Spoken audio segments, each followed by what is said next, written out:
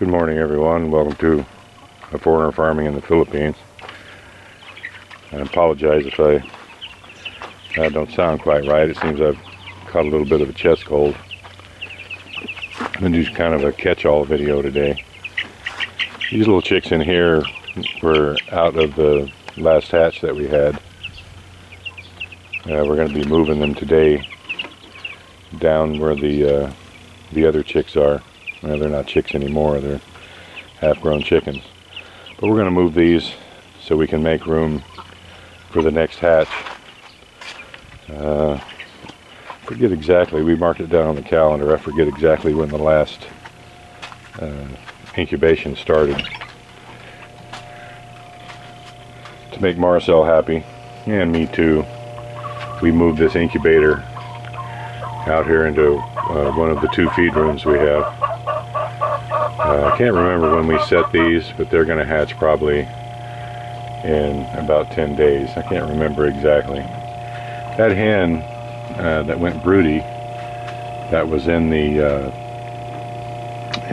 laying boxes, hatched some of her chicks. And these are a few of the eggs that are left. There's one little guy here that's still trying to hatch, but there's blood around the egg, so it's obviously too soon for him to hatch. So we'll put him in an incubator here and put the remaining eggs from her nest in the incubator as well. So hopefully we can get one or two more of those to hatch. She hatched 8 chicks. One didn't survive the morning because we hadn't separated her yet. We should have moved her several days ago, just moved her and her eggs into a different place, but we just got so much going on around here that it slipped by. But we've moved her in here, believe it or not, into the into the battery and inverter room.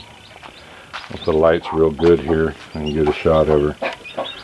So those are her chicks, and well, I'm making her mad. And those are her chicks there. The light is right behind me. I don't know if I can get a good shot of them here.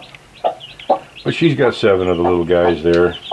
And we'll keep her in here for about 3 days until these chicks can get around a little better. Then we'll just turn her loose and let her raise them on her own. We'll keep, of course, we'll keep all the hens that she's hatched out of these. They're cute little guys. Hopefully we can keep the dogs out of here. That's all the wire we had to put up on this. We'll find something else to put up here. So the dogs are kind of curious. We had a lot of planting going on here yesterday. Marcel has decided that we're going to basically do a truck patch garden. She wants me to build her a trailer for the back of the multi-cab, so she can fill up the trailer with produce and take it into town and sell it during the week, rather than sell directly to the vendors. So that may be what we're going to do. All these little hills here are planted with watermelons. We've got 3 different varieties, and I can't remember, she knows, but I can't remember which ones are planted where. There's 3, 6, 9, 12, 15, 18, 21, 23, 24 hills on this side. And on this side over here, there's 2, 4, 6, 8, 10, 12, 14, 16, 18, 20. So there's 20 on this side, so that's about 40 hills of watermelons that were planted yesterday.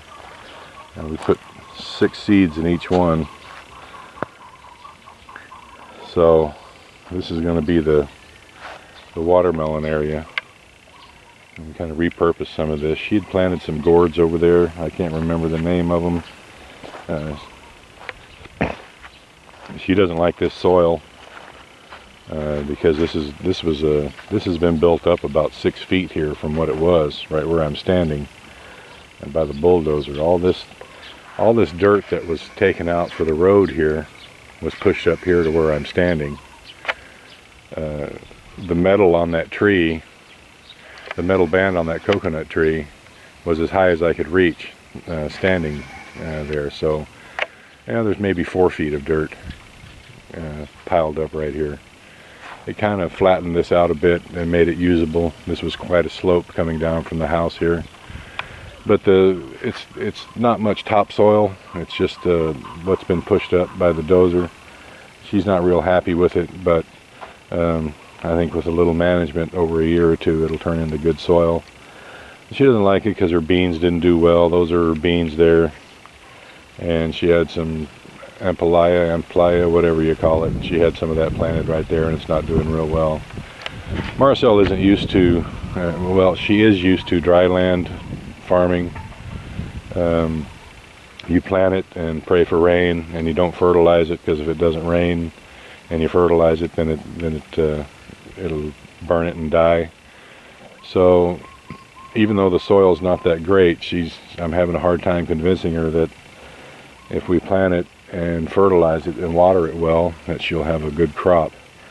It's a learning experience for both of us, because I'm not used to the soil and viruses that are common here, but we're both learning as we go.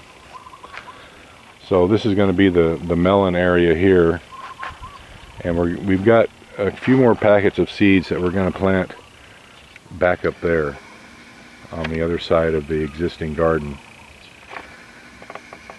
because there just wasn't room here to put any more hills. I guess we could have gotten one more over there, but we got more seeds than that. We've got, I don't know, probably another 50 seeds to plant. This is we planted the white corn here. As you can see, there's one coming up right there, and there's another one coming up right there. So this is all coming up here. There's white corn in this row, and it's probably going to cross-pollinate, but we don't really care. This is all for our personal use. There's yellow corn in this row. She's planted beans over in here, and her beans are just springing to life. I'll see if I can stand in the shade it a little bit. Yes, love. These are more of her beans over here. Oh yeah, standing on this little coconut tree here. Shade's a good thing. It's only about 9 o'clock in the morning here, but it's hot already. These are her beans coming up here, and we're going to plant I think more beans and eggplant in these rows here, and quite a bit of it. More of her beans coming up here. She loves beans. She likes planting them. She likes eating them. She likes picking them. More power to her. So these last 10 or 12 rows here are probably going to be her eggplant, and she had said something else. I can't really remember what else she was gonna plant in here. But we're going to make these rows all the way up to the road there, in and amongst these coconut tree and banana trees, to offer them a bit of shade. Almost everything that grows here needs some shade from this tropical sun. I think we're only 10 degrees off the equator, so full sun all day, nothing really likes it other than trees. So as long as they can get some partial shade for a few hours out of the day, everything seems to do much better. This is our cucumber and melon patch here, and it's just doing great. I thoroughly watered it yesterday. We got a new water setup. There's a cucumber right there that needs to be picked. There's a lot of cucumbers in here. They're really coming on well. The melons are doing well.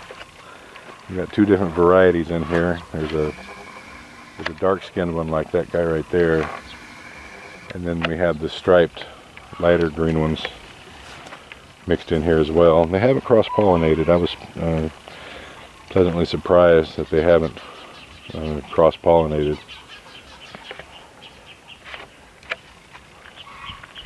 The corn is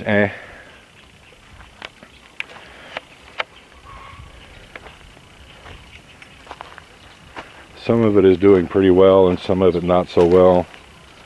In this area here,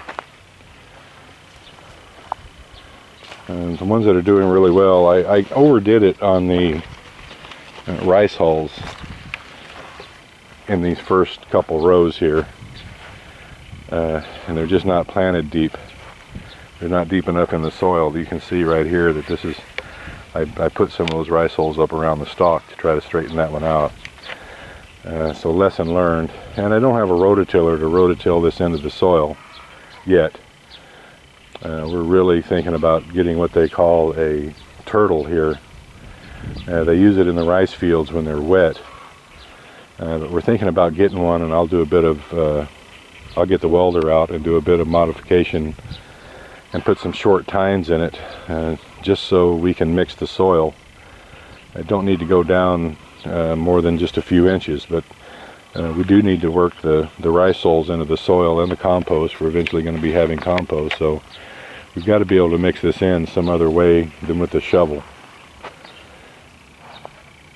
I'm thinking this is gonna be more melons in this area here. We've cleaned it all out. It's kind of up to the boss lady what she wants to put in here, but we want to put it in something. We want to use, we want to purpose every square foot of property that we have here. Even though it looks big on video, it's not really that big of a place. It's less than 4 acres. So we want to, excuse me, I got a little drainage going on here. We couldn't find, excuse me, we couldn't find a large garden hose here, so I bought this 3/4 inch black poly. It was the largest that they had to use for watering, so that we can get a bit of volume. The small little 1/2 inch hose that we had, or 3/8 even, this little hose here is what we've been using. It's just a tiny little hose, and because we don't have pressure, because all the water we get here is gravity, we just can't get enough volume out of that little hose to irrigate in rows. So I bought this bigger hose so that we could get enough volume fast enough to where we could water a row, because this soil, even though it's clay, it's sandy clay, and when it's broken up and mixed up, it soaks in really well. So you've got to have some volume, or you're just making a 15-foot deep puddle into the soil. You can't get it to run down rows unless you're putting a volume of water onto it. So that's why we did that. I think I forgot to count these rows here. Well, anyway, we planted a lot of watermelons yesterday, and hopefully they'll be coming up soon. The modification, I guess we can do an update on the well here while we're at it. Just going down that extra foot in depth has allowed the water pump to actuate on its own like it was designed to do. It's got a float valve switch in it down there. When the water level comes up, the pump comes on. Just by going down that extra foot, we're getting, I don't know, 15 times more water out of the well, because it comes on, it cycles on and off about every hour now, and it pumps, I don't know, maybe 300 gallons, 400 gallons every time it comes on. So it's working really well. I'm shutting it off at night to let the batteries rest, because it's all solar powered now. It's not plugged into the house current. The batteries right now, the voltage is 25.1 volts.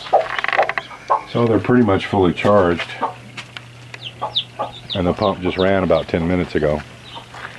So we're getting as much out of the solar panels, we're getting enough out of the solar panels to almost run that pump continuously during the day if we had enough water.